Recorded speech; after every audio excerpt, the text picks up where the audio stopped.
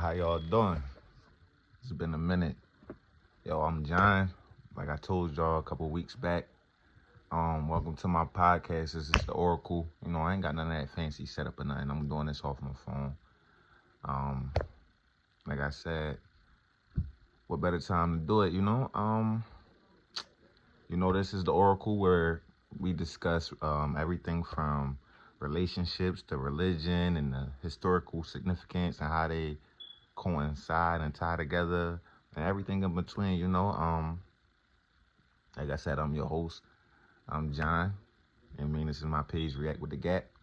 And let's get into it, man. Like I said, as y'all see, I got a script today. I wanted to talk about gratitude.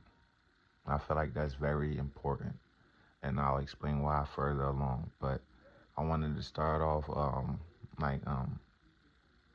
talking about gratitude, what it looked like, and what it means as a definition, and what it means to me personally, and why I feel so many people like it, and why it's not valued in society today. I'm gonna start off by Webster's definition of the word gratitude. Gratitude is the quality of being thankful, readiness to show appreciation for, and to return to kindness. To me, gratitude is exactly that. Like I said, showing appreciation, showing appreciation for someone or a service that was provided to you, showing appreciation for time, being grateful, I feel like that's synonymous. And to me, that's very important because I feel like a lot of things wouldn't go awry in society if we were more grateful for the things we have and for the things we don't have. And if we showed more gratitude towards the law or the supreme one, the source, if we showed more gratitude to him for the things that we have and we don't have, good and bad, if we show gratitude towards each other, things on that planet would be much better. And that's my goal ultimately with this podcast. Like, I can do a lot of ranting and raving and everything, but I want to take a real studious and diligent approach with this podcast to actually impact people. I want to show people how grateful I am to be here on this planet with the people I'm on this planet with, and I want to impact the planet. So that's why I picked this topic, and I feel like gratitude is the foundation of everything, So I want to name some of the things that I'm grateful for, That was just my brother. That was my brother Luce. Check him out. He fixed credit or whatever. I'm grateful for him. I'm grateful for my siblings, the ones that I talk to and the ones that I don't talk to. Excuse me.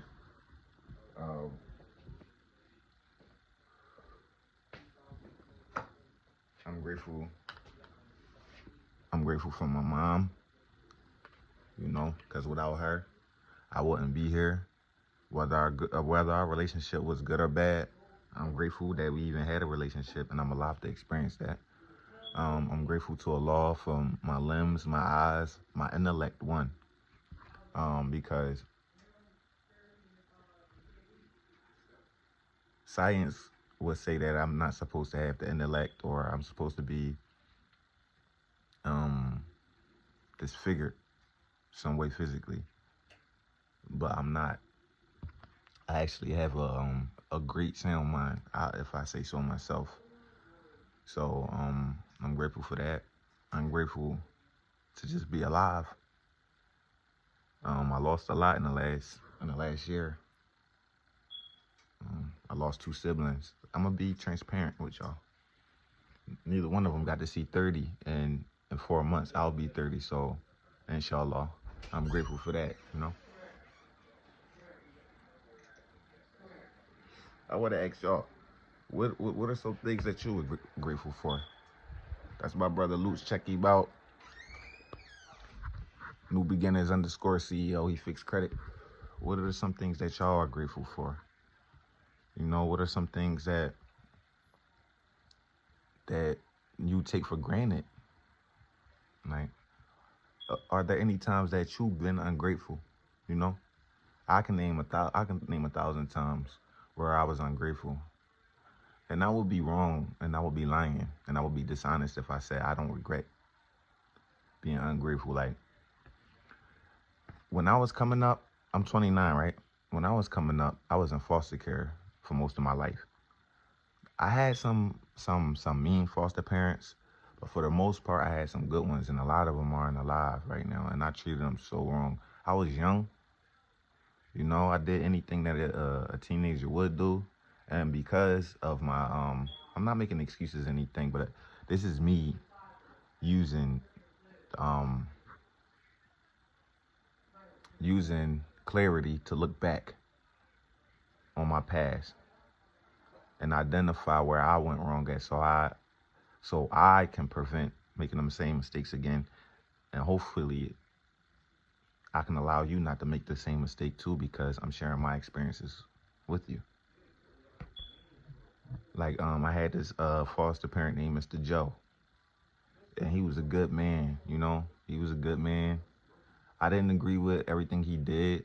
Like, I was a child. I shouldn't. I believe that, like, what the fuck? You're a child. You shouldn't even have an opinion. That's just me, because that's the way I was raised. But, you know, he lived an alternative life. But he was a great, great man. He taught me a lot. He worked hard. And, man, I ran away. I did a lot of things that when I look back on it, it really affected my life. If I would have listened to him, if I would have just listened to him, I could have avoided a lot of the pitfalls that I went through, being in certain institutions that I didn't have to go through, you know? So as a man, as a cognizant man, I have to be able to take accountability for the mistakes that I made, so I won't allow myself to make the mistakes again, inshallah. So yeah, that's one of the things that I regret, and one of the people that I was ungrateful for, you know? What's up, Brody?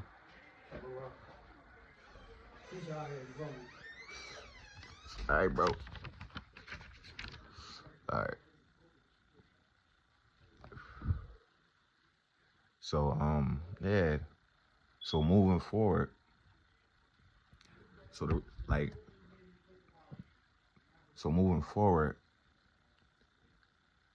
that's the reason why I wanted this to be the topic, gratitude. Now, how gratitude affects the society. These youngins, they're not grateful for life. The value of life where I come from is cheap. I come from Philadelphia. I lived all over the city. Like I said, I was in foster care. I lived on Clearfield and Jasper, down Kensington. I lived everywhere, down west, 66 and Lansdowne, 62nd and Larchwood. I lived everywhere. Went to Bieber, Kenzie, Uptown. So, you know, I know the city. And I noticed when we were younger, we fought. You slapboxed every day. You ain't like somebody. You might get jumped or whatever, but that was the most you didn't have to worry about nobody bringing a gun to school or losing your life, you know? But now the value of life is so cheap. And I think it's just because the young boys, they treat life like a video game. Like, you can just hit the respond button, and it's not like that. These young boys, they don't have anybody to guide them and to tell them the truth of the matter, which is, Luke, the truth of the matter, which is, life is precious. And another thing, I think, when I was coming up, we got our asses whipped, you know? And like, I'm gonna say it flat out. When I was coming up, we was abused, you know? Like, you shouldn't get your ass whooped for lunch, breakfast, and dinner. Or you shouldn't get your ass whooped when you pop a fishing line when you're fishing. But that's what happened in our household.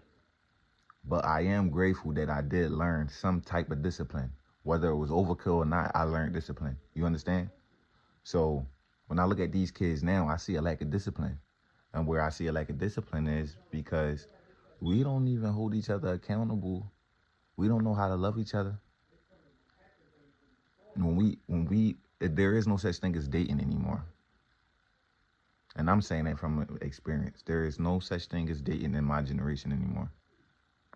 This is a transactional era that we live in. And I get it, but this is why the kids are lost. They place monetary gains over life, monetary value over life. And that's because of what we have instilled in them. Like right now, me 29, my age, I know people that have 14, 15-year-old kids. And the first thing a female will say to me is, what can you do for me? What do you bring to the table? And I get it. You got a kid, but your kid is watching niggas come in and out, men come in and out, or women come in and out, women come in and out. So you showing them that you have you don't even value time, you don't value respect, you don't have any morality. You value the dollar. And that's a godless people. We got to realize that just because a person say God, that don't mean they believe in it.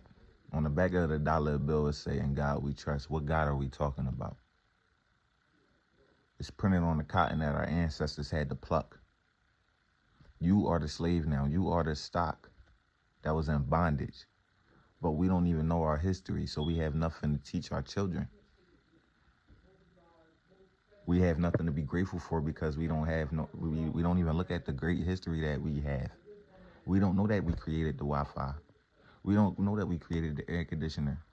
We don't know that we create like the light bulb and all of that. Like, we don't know this.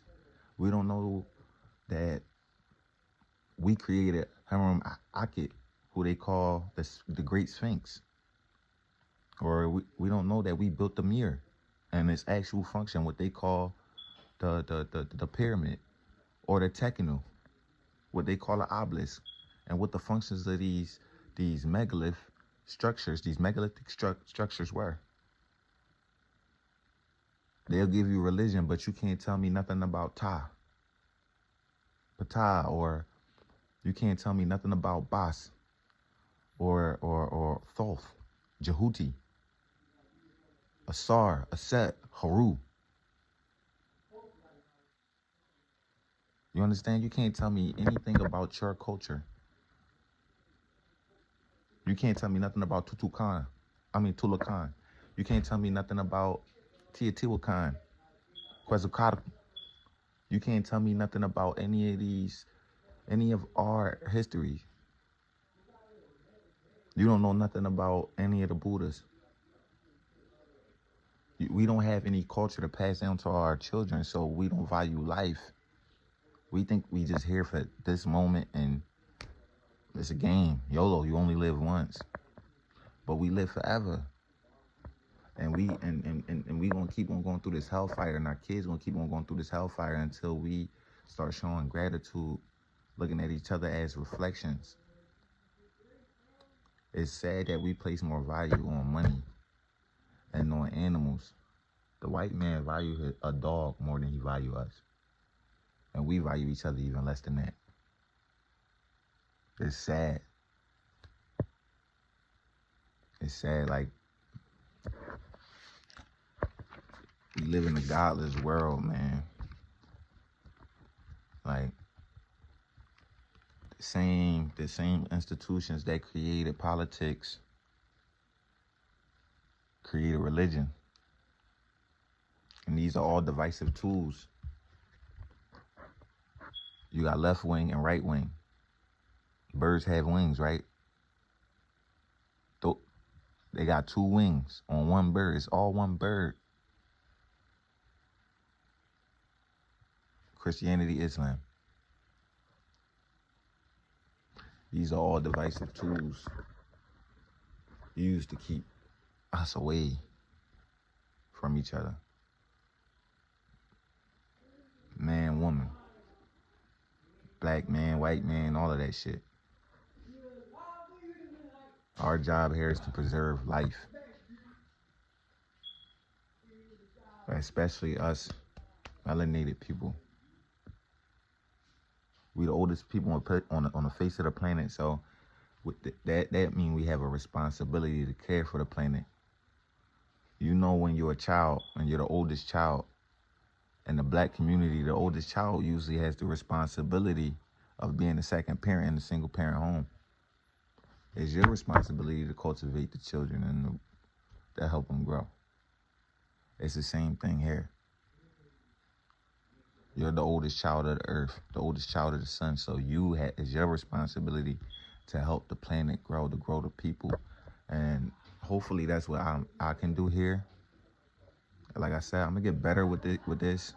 I've been going through a lot of things spiritually, emotionally. I don't know where this path is gonna take me, but I promise to go on this path. And I hope y'all go along on this ride with me and we can enjoy it together. Peace to the gods and the goddesses. Assalamu alaikum to the Muslims. Peace to the Christians. I'm out. Like, subscribe, follow me on Instagram, newbeginners_John. React with the Gap on YouTube. Abdul Rashid, Abdul RASHIID on Facebook. Thank y'all for watching. Thank you. Until next time.